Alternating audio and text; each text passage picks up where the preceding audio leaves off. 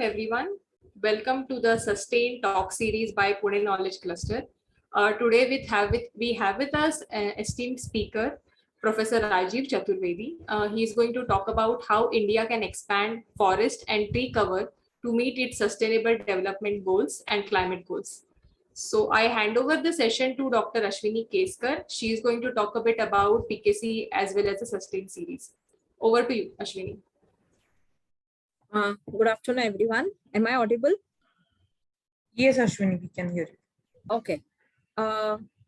So we like to welcome Dr. Rajiv Kumar Chaturvedi here today for our second talk on Sustain series. To all our participants here, Pune Knowledge Cluster is set up by central government. That's the Principal Scientific Advisor's Office. And here in Pune, we work on several verticals, so health, capacity building, sustainability, environment, big data, artificial intelligence. So under our sustainability and environment vertical, we mainly focus on water, increasing tree cover within the Pune city, afforestation activities outside the city on degraded, private, semi-private, as well as government lands. And along with this, we also are taking actions in such a way that we can work towards increasing livelihood, food, water security for Pune metropolitan region. Some of the projects I mentioned you, and there is more information about our projects and our verticals on our website. So giving you a quick background of what is Sustain series.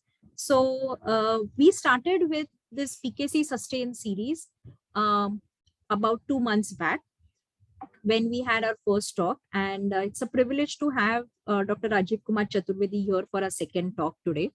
So in this series, the idea is that we'll have public talks, focused group discussions, workshops by experts pertaining to the field of sustainability and environment. So we do such sessions online, and we plan to do such sessions in future every month based on our focus areas, that is water, green cover, afforestation, waste management, energy, so on and so forth. So with this brief background of what Sustain is, I'll hand it over to Disha to introduce our today's speaker. Thanks, Ashwini, for that. So let me just I'm just moving around things so that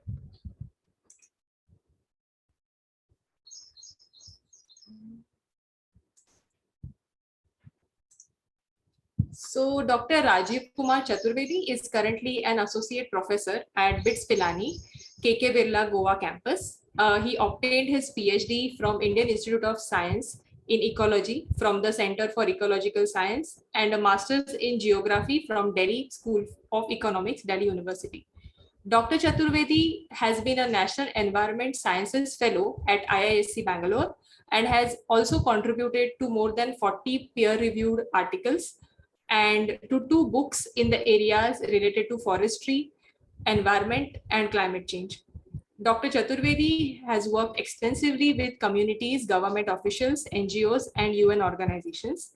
He is currently the co-chair of IUCN's Forest Ecosystems Group. He is also currently involved with India's National Greenhouse Gas Inventory Program and is listed as an UN expert on GHG inventories in the land use and forestry sector. He has been a lead author for the regional assessment reports of the UNEP, that is United Nations Environment Program, and IPBES, that is Intergovernmental Panel on Biodiversity and Ecosystem Services. So we are really delighted and glad that Professor Chaturvedi could join us for the session today. Over to you, sir, for your pleasant talk. Thank you, Disha. Thank you very much for your kind introduction. So without losing time, I will start my presentation with the slides. So I hope the slides are visible. Yes, sir. Yes, sir. Thank you very much. So I'll make it full screen. Yeah, from the first slide. First slide, yes. Okay. Correct. Perfect. So I will not try to make the talk a bit technical, So I will try to keep it as policy relevant and as straightforward as possible. And this is a very important topic that has been given to me today about how India can expand forest and tree cover to meet its sustainable development goals, as well as the climate goals. Right now, as you all know, that India has taken long-term carbon neutrality goal for 2070. So for carbon neutrality, long-term strategy, LTS, that is being called, is being prepared by Government of India. I'm also one of the members in the preparation of the LTS. And there, this question becomes very prominent because if India is going to be carbon neutral by 2070 or so, how much forest sector can contribute in that in a sustainable manner, so that we do not because planting trees. So I think in this discussion, there is a very fine line between when you become unsustainable in terms of, it's not good to plant trees everywhere. It is good to plant trees in certain situations at some point. So these kind of discussions, I hope to carry on within a scientific framework in this talk today. And but before I go into that, I would like to give you some background about uh, how fortunate we are, or uh, when people talk about forest, environment, etc. People tend to a bit become pessimistic. So, but I would like to give you an optimistic view of the things that are happening in India, and as a background of this talk. So in India, we have a conservation of forest and environment. It is enshrined in our constitution.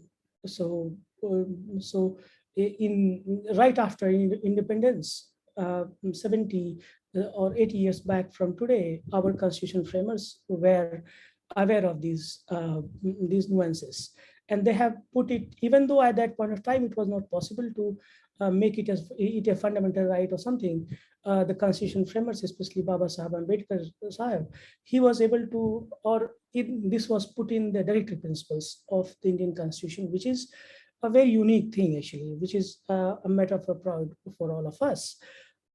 Then, as early as 1950s, when the first forest policy was unveiled for India, even at that point of time, the goal of putting 33% of geographic area under forest and tree cover was enshrined there. So when people say that we should have 33% coverage of the entire geographic area under forest and tree, it is not something new. It is not something that we are talking of now actually. It is something that has been there always as an ambition for the Indian state in terms of its very first forest policy, which is again a matter of pride for us. However, rather than just being lofty words, etc., these things are also are getting actually implemented on ground actually. So if you see in our constitution, we have the fundamental rights. What is written in the Indian Constitution is termed as first generation fundamental rights. But like right to life, one of the most important fundamental rights in the Indian Constitution is Article 21, which is a right to life. But now our courts, top courts, especially Supreme Court, High Court, they have been getting like they are interpreting this Article 21 right to life in a very innovative and in a very productive manner actually. So sometime in 80s, the second generation fundamental rights came, in which it was realized that a right to life is meaningless until and unless there is a right to livelihood, right to there are different societal rights that were given to people. But now, increasingly after 2007, 8, or I would say 20, after the 2000s, when climate change and environment started coming to the center stage, our courts, high courts and Supreme Court, they're also inventing themselves. They are reinventing the meaning of right to life, meaning of Article 21. And as a result, the third generation fundamental rights are coming into play now. There are instances in which if there is now a conflict between the second generation fundamental right, which is right to livelihood, right to societal rights, etc., and the environmental concerns, which is the third generation fundamental rights, which is intergenerational equity, protection of environment, etc., then courts, in such cases, courts are increasingly taking sides or taking favor of the third generation fundamental rights. As a result of this interpretation of third generation rights, I think the National Green Tribunal came into existence in 2010, even though via executive order, but it has the genesis from the judiciary. So we have high hopes. We have a very active judiciary in India, high courts and Supreme Courts, which are increasingly putting emphasis on the environment, which is increasingly linked to the right to life. So this is a very important institution, very important development, which people often do not know, but that this exists. And an offshoot of this is there for all of us to access and avail, which is an NGT, National Green Tribunal. It is, since it has come into being from 2010, it is imparting a yeoman's service in environmental safeguarding of in our country. And going forward, how it has evolved so far, how much it has done for safeguarding India's environment and forest. Going forward, it can do much more. We have really very high hopes for that. And India is only one of the few countries in the world. The other two countries which have something like NGT are only Australia and New Zealand. So we have something. So we need not to be completely pessimistic about the future scenario on the environment. We have really very high level of safeguards institutions that are available within our country. And these institutions have evolved, have known to evolve in the last 20, 30 years, and they will keep continuing to evolve in response to the upcoming needs and requirements. Then we have Finance Commission. Finance Commission for the last, I think from the 13th or 14th, right now the 15th Finance Commission is going on. And right from the 13th Finance Commission, forests and ecology has been a very integral part of how the revenues how the revenue devolution takes place from the central government to different states. Now, states which have better forest cover, which have more dense forest cover, they are getting more revenue as a bonus. Or which states, the states that have thriving forests and ecology, they are being favored in terms of the devolution of the revenues, and these revenues are really quite big, meaningful. So this is really this is again a very unique thing that is happening in India. And then I also see one more thing happening in India, which again in many democracies and in many other countries we don't see, and we feel a bit of fortunate about that. We have a rare all-party consensus, at least on the environment, forest, and climate change related issues. I remember when our the then honorable Forest and Environment Minister, Mr. Prakash Javadekar, was going for Paris Agreement in 2015. Then he has met almost all the chiefs of all the political parties, including Jairam Ramesh from Congress Party, from with Mr. Sitaram Yeshuri from CPM. So, and they all were on the same page. In fact, they have. So it was a rare bonhomie between the political class that I have seen. When the Paris Agreement was agreed, actually, then I think all this parties across the party lines, they have congratulated the government for this achievement. And in fact, that Paris Agreement, India had played a very important role. India had given a lot. People at back home would have questioned that, why you held it here? But they did not do that. They did not indulge in petty politics there. I think this is one area which is a matter of satisfaction and happiness for me and all the conservation community in India. And then again, within, if you look at all the state governments, recently I was reading a news item that came from Tamil Nadu. Tamil Nadu has stated something that they want to make the forest cover in the state from currently, which is 23% of forest and tree cover in the state of Tamil Nadu to 33% by 2030. So this is a big, at least they may not be able to get that, but they are saying that they are making such kind of gestures. They are putting that in writing. They are advertising that. This is really, it's again important thing. Similarly, Bihar, a state which is having very less forest cover, it has initiated a Haryali mission in a very mission mode. They have contacted me also. I have also personally gone there. That's why I know how serious they were when they say that they want to increase the forest cover in Bihar from 10%, whatever was there at that point of time, to 17%. Even though the timeline has gone by now, they have not been able to achieve the goal because achieving these goals is very difficult. There are so many competing forces that are happening. But still, there is no doubt that they made a serious effort. They had that that urge and that the feeling they had, and so there is no doubt of that. Similarly, Telangana and different. So Telangana's case is very is noteworthy in this context that they have started this Harita Halam project, and then if you see this year's the last.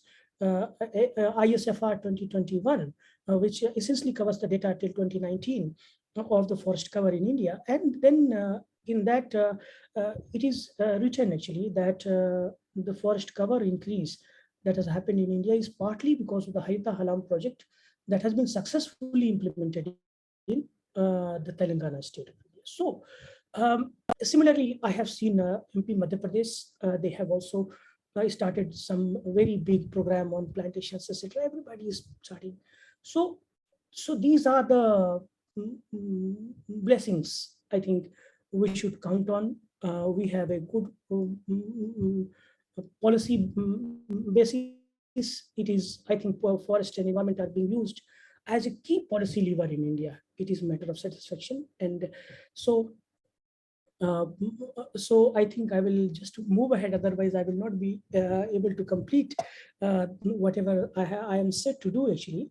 So I will again, moving ahead from this larger optimistic view, because I wanted to start my presentation with something positive, with something optimistic to begin with. So let's talk about the state of forests in India. So this is, if we look at, this is actually this figure on the left side. I think, I don't know if you are able to see my cursor or not, but on the figure on the left side, that shows the forest area that has been there in India for the last 100, more than 100 years, 120, 30 years. So this data has been created by our colleagues from NRSC, ISRO, Indian Space Research Organization. They have published papers in peer-reviewed journals. And based on that, I have got this.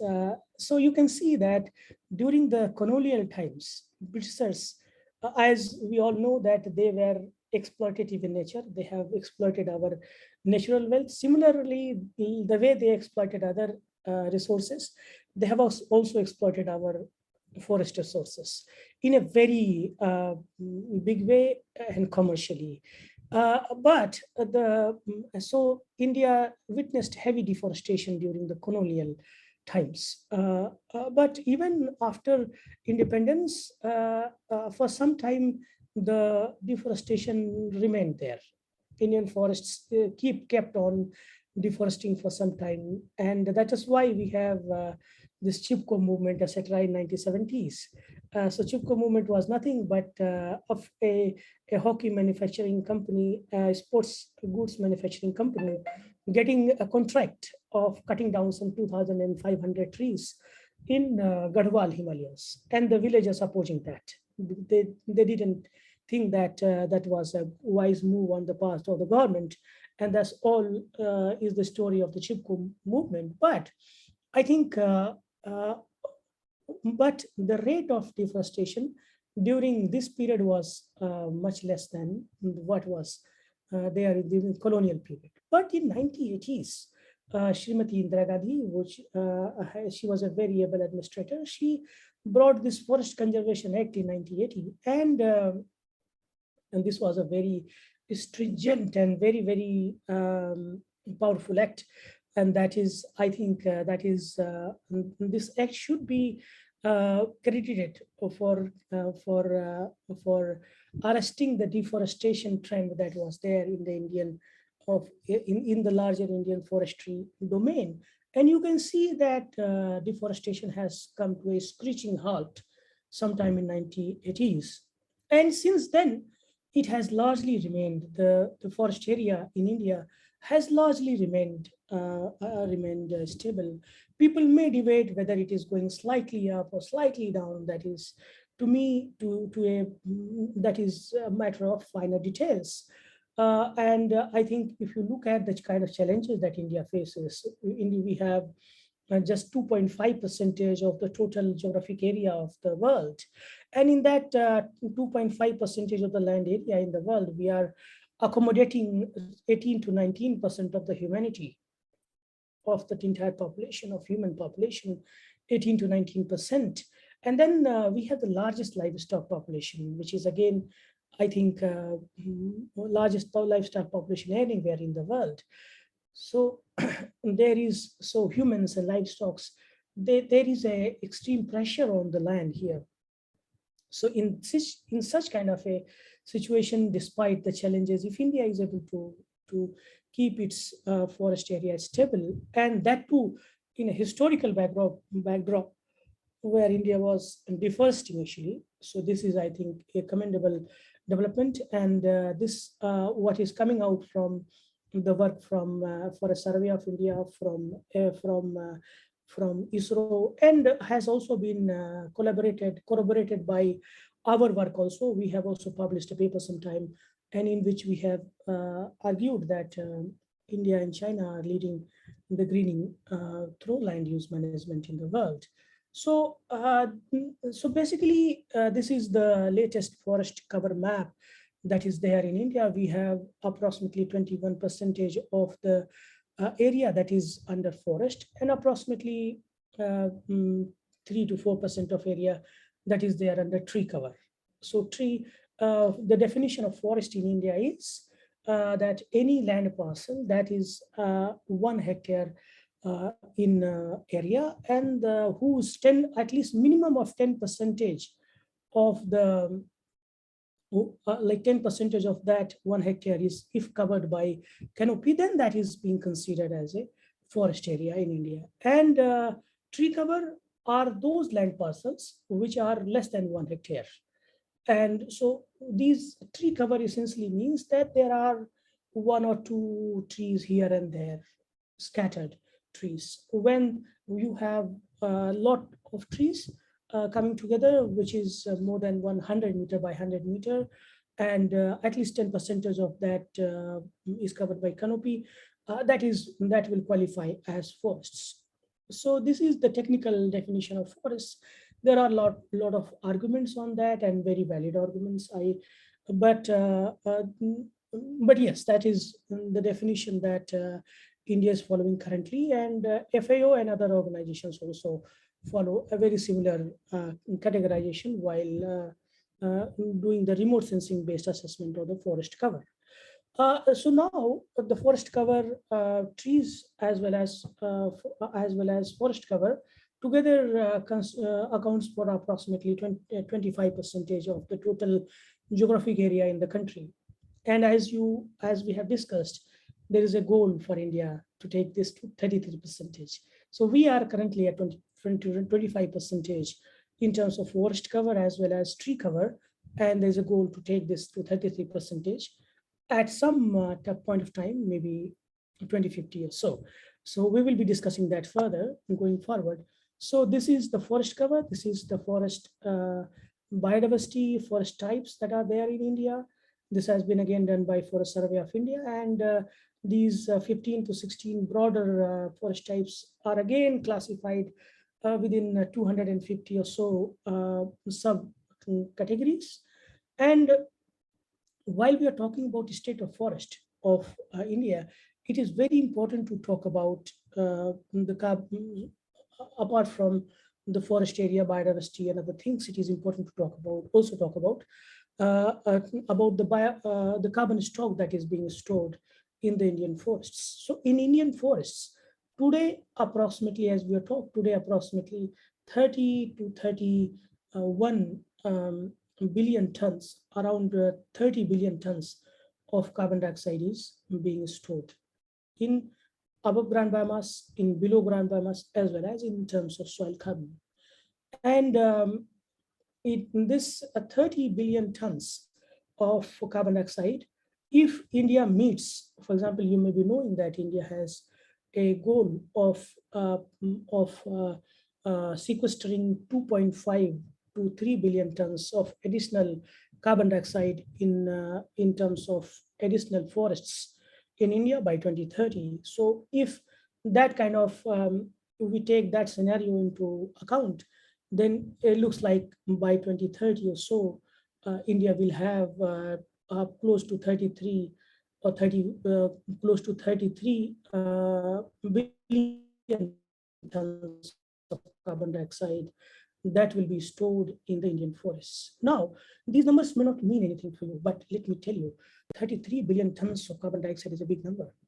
This number, so while we are aiming to sequester more carbon into our forests, we are thinking about how to sequester 2.5 to 3 billion tons of additional carbon in our forest ecosystems. At the same time, it is all the more important that we are able to safeguard this 30 billion tons of carbon dioxide that is already sequestered, that is already there in the forests. But as climate is changing, as frequency of forest fires are increasing, as forest drying is concerned, as pest attack, increase of pest attack in forests under changing climate is concerned, as dieback of certain forest types is concerned, I think we have to be very, very cautious. And I think if we are able to safeguard our existing, the carbon stock that is there already in the forests of India, even that will be a very big achievement for us. Because as temperatures are rising, as climate is changing, since the forest ecosystems are very sensitive to the climate, it is after certain temperature rise, they may die back, etc. So we have to be, I think this is, to me, this is a very important sensibility. In comparison, just to compare this number, India today, from all sectors, from industry, from transport, from all sectors together, we are emitting approximately 2.7 to 2.8 billion tons of carbon dioxide per year. But if something happens to the forests, suppose the kind of forest fires that have raged Amazon some time back, and elsewhere in Europe and Australia, we are fortunate that we have not witnessed such kind of eventuality so far, but the danger is there. As temperatures will keep rising in future, we will have to be on guardship for this. Even a fraction of this, if it gets into the atmosphere in a certain year, that will mean a big change in the climate, in the climate change debate, in the climatic regime, in the climate action altogether. So coming to again to the forest area, you can see this is how the forest area in India has varied mostly. So you can see here, this is the data that I have collected from various latest most recent Forest Survey of India assessments, FSI reports, you can see here that Indian forests, as I have said, are largely stable. So are neither increasing too much nor neither decreasing, they are stable. This is what, and so we have approximately 70 to 71 million hectares of forest cover, and then approximately 10 million hectares of tree cover. Tree cover in India is also largely stable as per the Forest Survey of India data. But at the same time, I must also tell you that the assessment of tree cover requires a lot of improvement.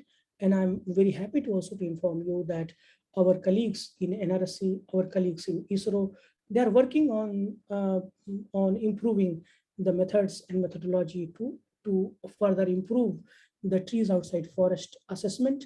And once the methodologies are there, it will be implemented by other agencies as well. So, but still, whatever information we have based on this, we have around 25% of the entire geographic area under forest and tree cover today, and this is largely stable over the years.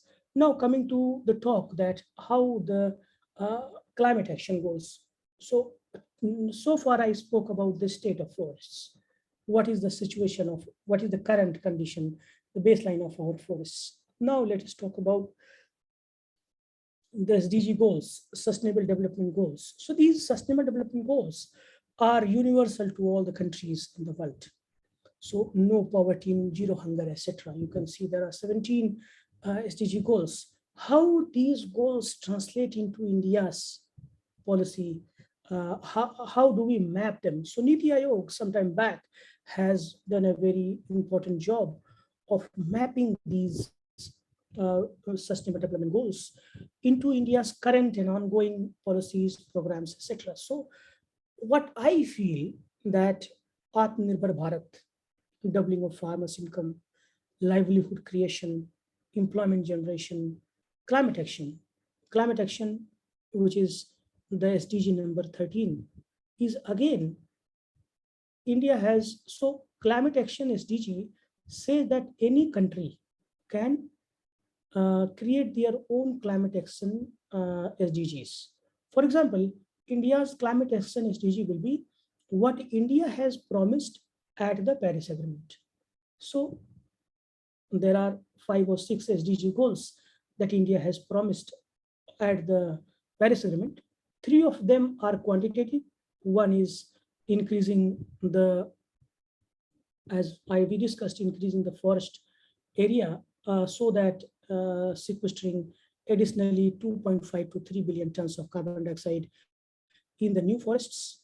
Secondly, increasing the increasing the non-fossil fuel capacity in the country so that the non-fossil fuel based capacity, the electricity generation capacity becomes 40% of the entire generation capacity in the country, and then bringing down the emission intensity of economy or GDP by 33 to 35%.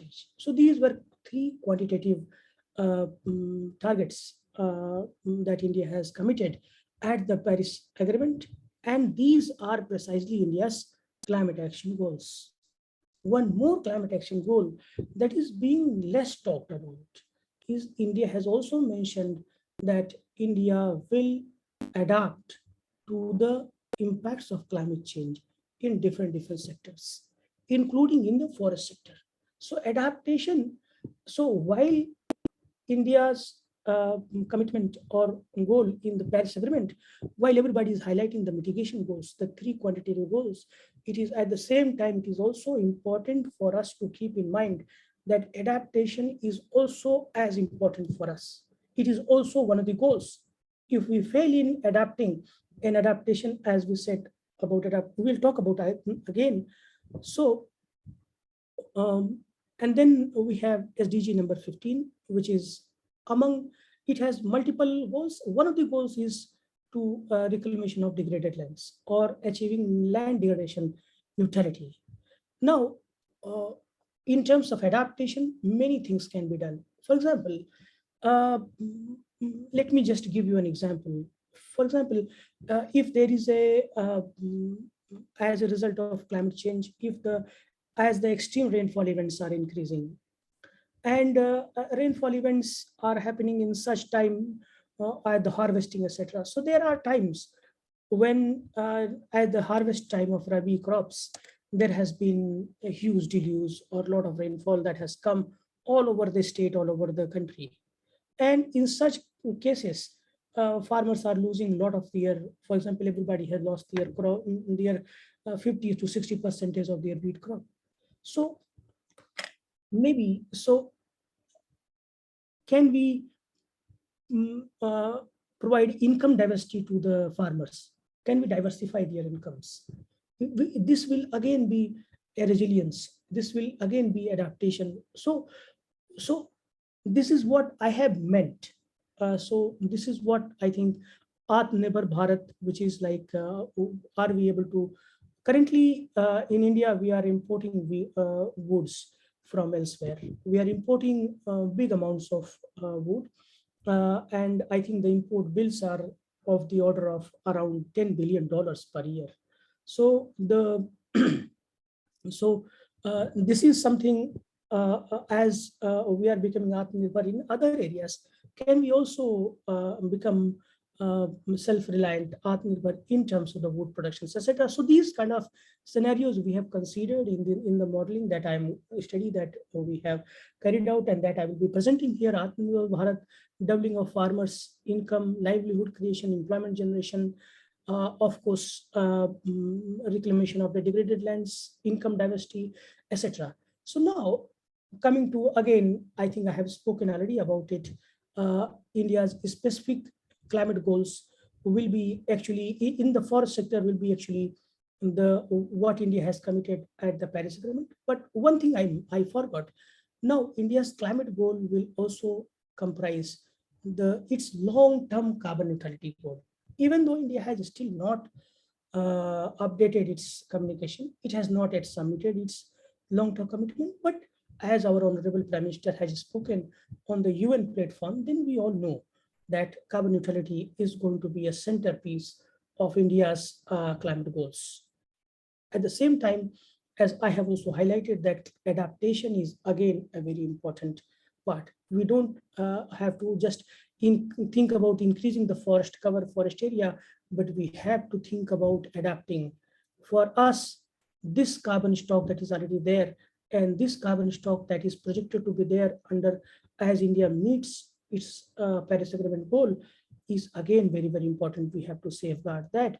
And we need to think about what will happen to Indian forest in 2030, 2050s. I don't use 2050s. I rather use 2047, because this will be the centenary year of India's independence, something worth for us to keep a target for. As India completes 100 years of independence, I think we should, I generally tend to keep this kind of a timeline rather than the usual 2050 timeline that everybody takes. So these are the things that, so in terms of climate action and sustainable development in the forest sector, these are the main challenges, main points to keep in mind. The SDG goal, the nationally determined contributions, carbon neutrality, bond challenge, self-sufficiency or reducing imports in terms of the wood materials. $10 billion going there is a big sum. Why not? Why can't we give that amount, or why can't we give that amount to our farmers? And also, this is not very sustainable. Somewhere the deforestation is going on, and as the wood material comes on ships, it will have associated lot of other emissions, etc. So doubling of farmers' income, poverty reduction, livelihood creation. So keeping all these things in mind, we have created our modeling experiment. And this matrix gives you a broad idea about what all are like different opportunities for forest land, remaining forest land, cropland. So I will not go into that because I think I have less of time, and so we have created 4 scenarios. Current policy scenario, I think right now it's 440. So I have to complete by I think 450 or so. I think I will Yes, so you do for 5 to 10 minutes more. yes. 450 I will. So we have this current policy scenario, development first scenario, carbon neutrality scenario, and synchronous scenario we have.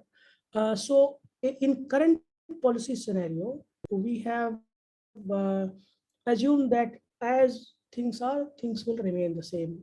The way things have been going so far, they will go. In development first, we have assumed a scenario in which we are able to like we are able to replace the wood imports in India by the trees outside forests, especially on the agroforestry ecosystems. There are some case studies that are available. So we have tried to keep that in mind. In carbon neutrality, our goal has been to maximize the carbon sequestration that can take place in Indian forests. So you can see here under current policy scenario, the forest area just increases the way it has been increases slightly, the way it has been increasing in the past, and the trees outside forest remain same, and the carbon sequestration that happens each year in Indian forest remain largely same. So this is something, and then at the same time we have a big timber import, we have etc. But we don't have any timber export, etc. So, and the protected area increases slightly in the line with the historical tendency. So again, in development first scenario, we have one assumption we have made clearly, that if we are able to bring, say for example, from tree outside forest that is there 10 million hectare today, if we are able to increase it to 26 million hectares going forward in 2050, so 15 to 16 million hectare extra trees outside forest can be grown in terms of agroforestry systems, and this would be able to meet the additional timber requirement, that the like it will be able to meet the timber requirement that will be. And at the same time, I think the forest and tree coverage in India will grow up to 31%. In terms of carbon neutrality scenario, you can see that again, the forest area increases slightly.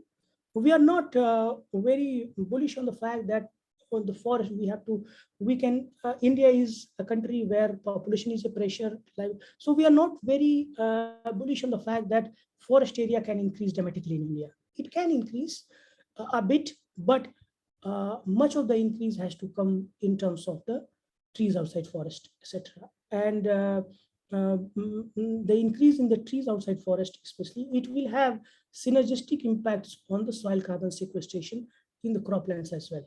So we find that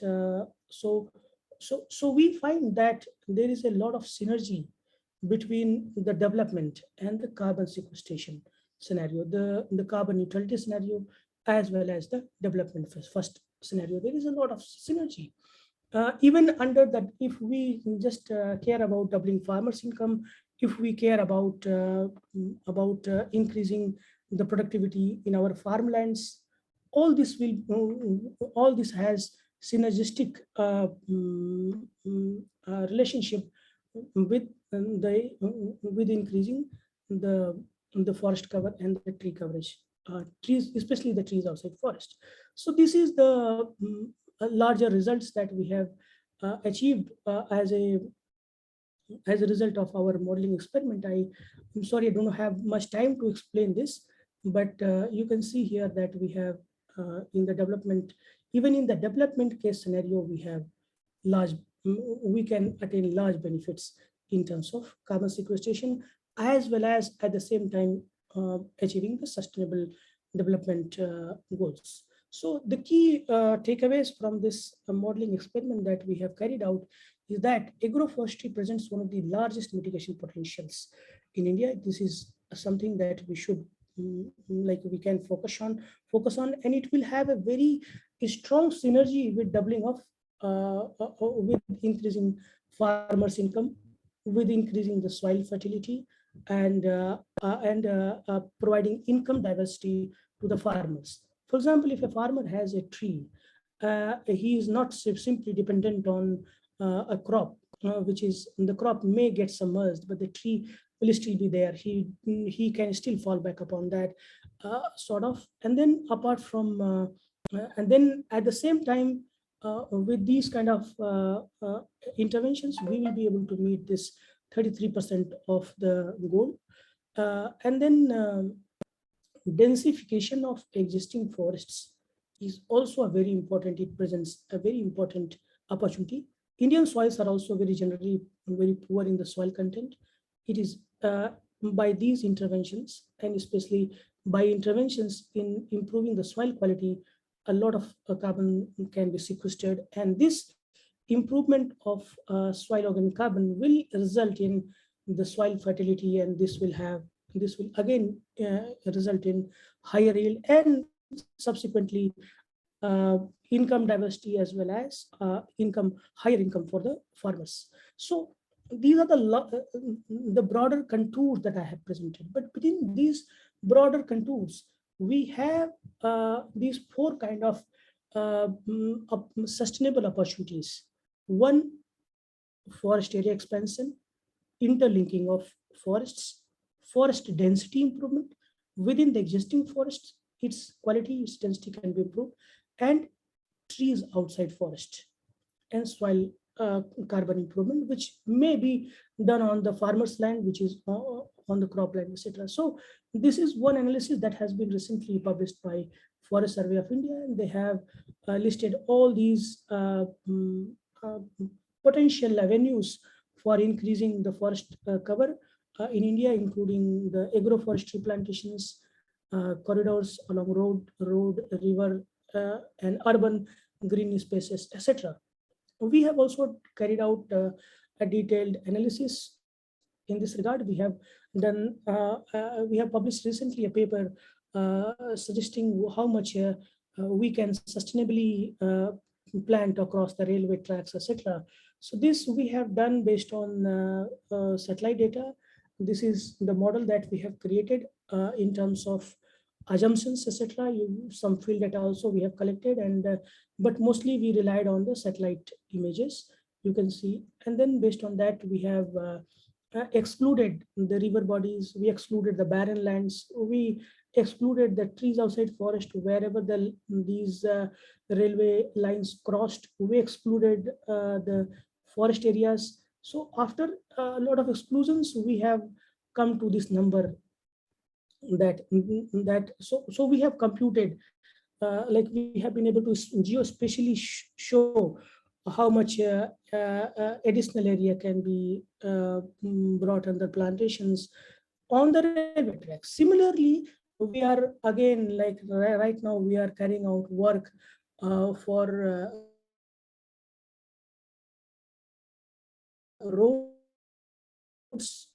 This is a very serious work we are doing again, as in case of we are taking a 50-meter doing again. We are doing nothing is cast in stone. This is so these also we are working on this kind of geospatial analysis. One thing that I wanted to highlight, and one thing which is very dear to me, and this comes in the context of the adaptation. When we say climate change adaptation, and we are again talking about planting trees, again we are talking about climate change mitigation. So one thing is interlinking of forests, and here one idea that has been floated and this is still not a very concrete idea, but I have started working on this idea of this green wall along this Thar Desert to stop the expansion of Thar Desert into other areas. So the idea is that there is 1400 approximately 1400 kilometer long corridor with 5 kilometer or so width, but where how this kind of a corridor can be prepared, I think this gives us a very good idea about how to interconnect. So this is basically a problem of interconnecting different forest patches, that are already there along the Aravallis. So we have carried out this analysis. I do not have the time to go into detail of that, but we have carried out this barrier analysis in which we have seen where roads are there, elevation, slope, and land use, land cover classes, where villages are there, where river canals are there.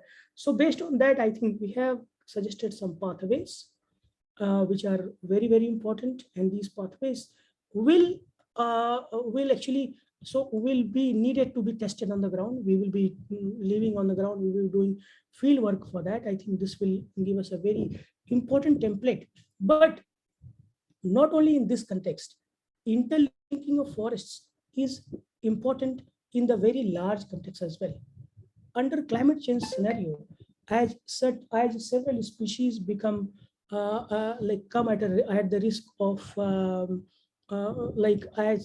as in the climate change, as several species may not remain suitable for the habitat where they are, they will need to move. If the connectivity is not there, then seed dispersal, movement, etc., will be hampered. So I think this is again time is a limitation. One be so we have carried out this technical geospatial analysis. Our numbers are a bit different from the numbers that have been published. But one thing I would like to highlight here, that when we talk about wastelands, unconsiderable barren wastelands, there is a lot of like many times people say that grasslands or wastelands, they are a natural system themselves. It is a wrong idea to choose them for plantations. So in our analysis, we have taken into account one ONE, open natural ecosystems. So this data set, some of the independent scientists have created, we have excluded that those all open natural ecosystems, and then we have arrived to these numbers. But the conclusion of this talk should be, or what I feel, that so currently we have around 80 million hectares of land that is under forest and tree cover, and we need to take it to 108 million hectare so that it becomes 33% of our geographic area. So the gap is not very big. The gap is approximately 28 million hectare. Out of 28, a very big chunk can come from trees outside forest, can come from agroforestry, can come from plantations in urban settings, can come from plantations along the large network of roads that we have, large network of rivers, etc. that we have. So there is, I think it is very much possible that in a sustainable manner we can achieve that goal, and we have, I think numbers are there to prove that. So again, now I think I will just conclude my presentation by talking about the impact of climate change. We should be worried about the impact of climate change. Recently, we have done this work for Forest Survey of India, in which we have projected how different forested grids in India will become vulnerable to climate change going forward in future. Now, these figures are having good colors, etc. But the key message, the key take-home message from this figure will be that today we did not find any forest patch in India that is a exposure hotspot as per this definition, because we are defining for this FSI report, we have defined the exposure hotspot as a forest patch that has experienced more than 1.5 degree temperature rise. So far in India, the average temperature rise has been only 0.7 degrees centigrade. There is no forest patch in India that has increased, that has experienced that kind of temperature rise. But you see, going forward, just in 15-20 years, there will be 40-50% of our forest area that will fall under that category. How will that respond to that kind of stress? We have very little idea about that. But going forward, this stress will keep increasing, and we need to keep an eye for this. So this is the conclusion of my talk. Despite challenges, India has done well on forest conservation. India has long-term goal of bringing 33% of its geographic area under forest and tree cover. And this goal is coterminous with India's climate action goals, Born Challenge, SDGs. Our modeling experiment based on detailed geospatial data sets suggests that developmental goals, SDGs, and climate action goals are not contrary to each other. Rather, they are synergistically aligned, complementary, and they are complementary to each other, especially in the forest sector. But at the last, a warning that forests are a climate sensitive sector. We may be able to increase the forest area to 33%, but keeping them intact, keeping them in a good health and safe from climate change is something that we should all strive for, and that is a very tough challenge, and that can only be done if we are able to limit warming below safe levels. If the warming is going, if we are going on continuous warming to very dangerous limits, then I don't think there is any solution for that. There is a limit to adaptation. So with this, I would like to conclude my talk, and I would like to thank everyone for listening to me, and especially my colleagues from PKC for giving me this very valuable opportunity to present my work. Thank you very much. Thanks a lot, Professor Rajiv Chaturvedi. We did receive questions on your insightful talk. I'll just read them out. There is one question by Mr. Logesh. He asks, seems government providing many acts to help forest and trees for sustaining. Did you prefer any suggestions to reduce CO2 emissions and help to grow forest density and trees? The question is not very clear. Did you prefer any suggestions from the government in terms of sustainability acts or regulations to help grow forest density? Yeah. I think he's asking in general about the policies.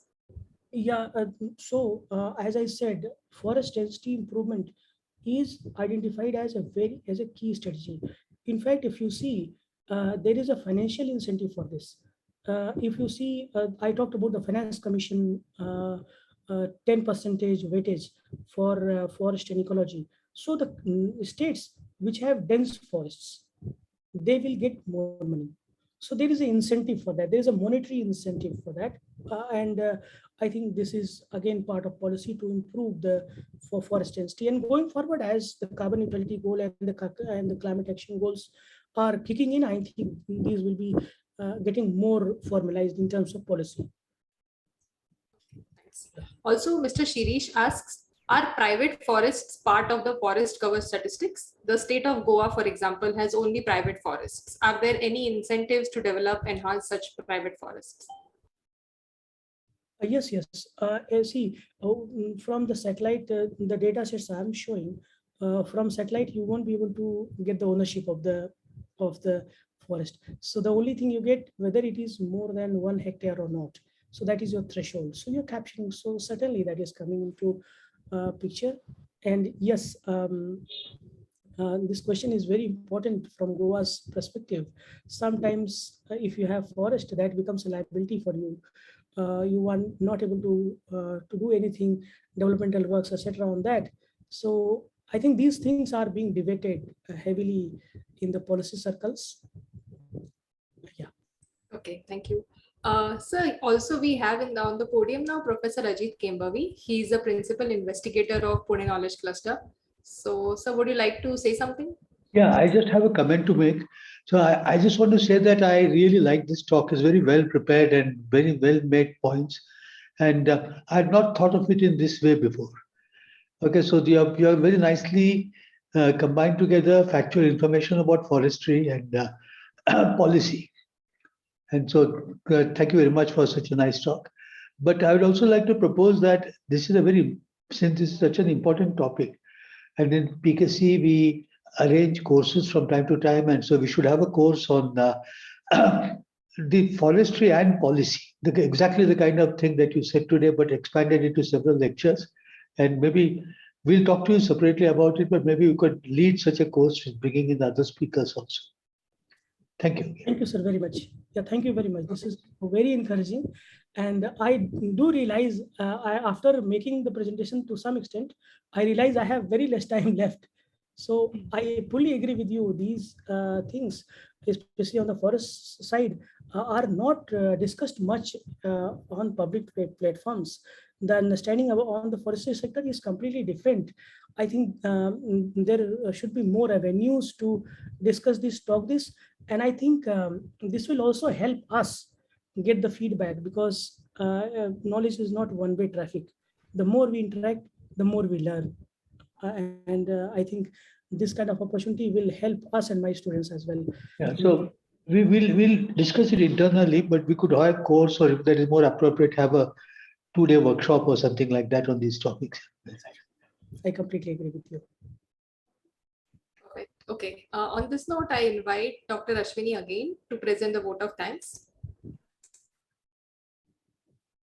So I'd like to thank Dr. Rajiv Kumar Chaturvedi for this insightful talk. And I agree with Professor Kembhavi that we at PKC, if we can come up with a workshop, I think it will be really useful, not just to our own vertical of sustainability and environment, but even people here who are interested in forestry policy and definitely know more about it, have key insights from you, sir.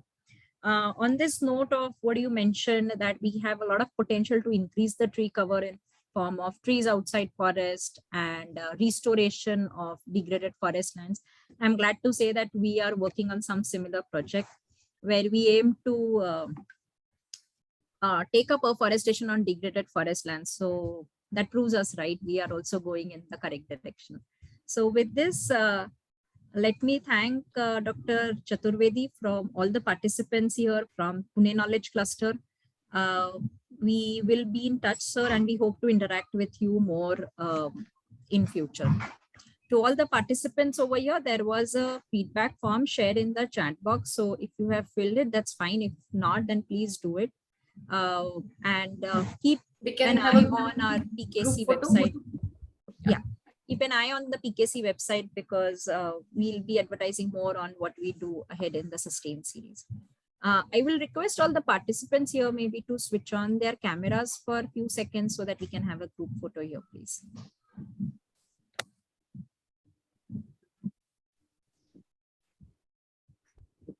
Participants, if you can just switch on the video for a sec.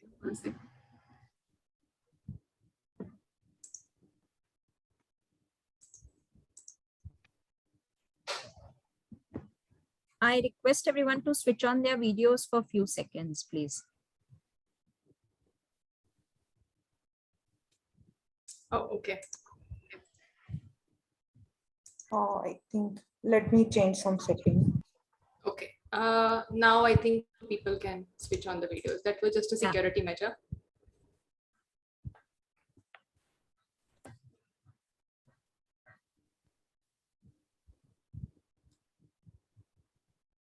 Okay. Okay, Gayatri, are you taking them? Yeah, I have taken. Great. Great. Thank you all. Thank you for joining. Thanks all. Thank you, Professor Chaturvedi. Thank you. Thank you. Thank you all. Thank you.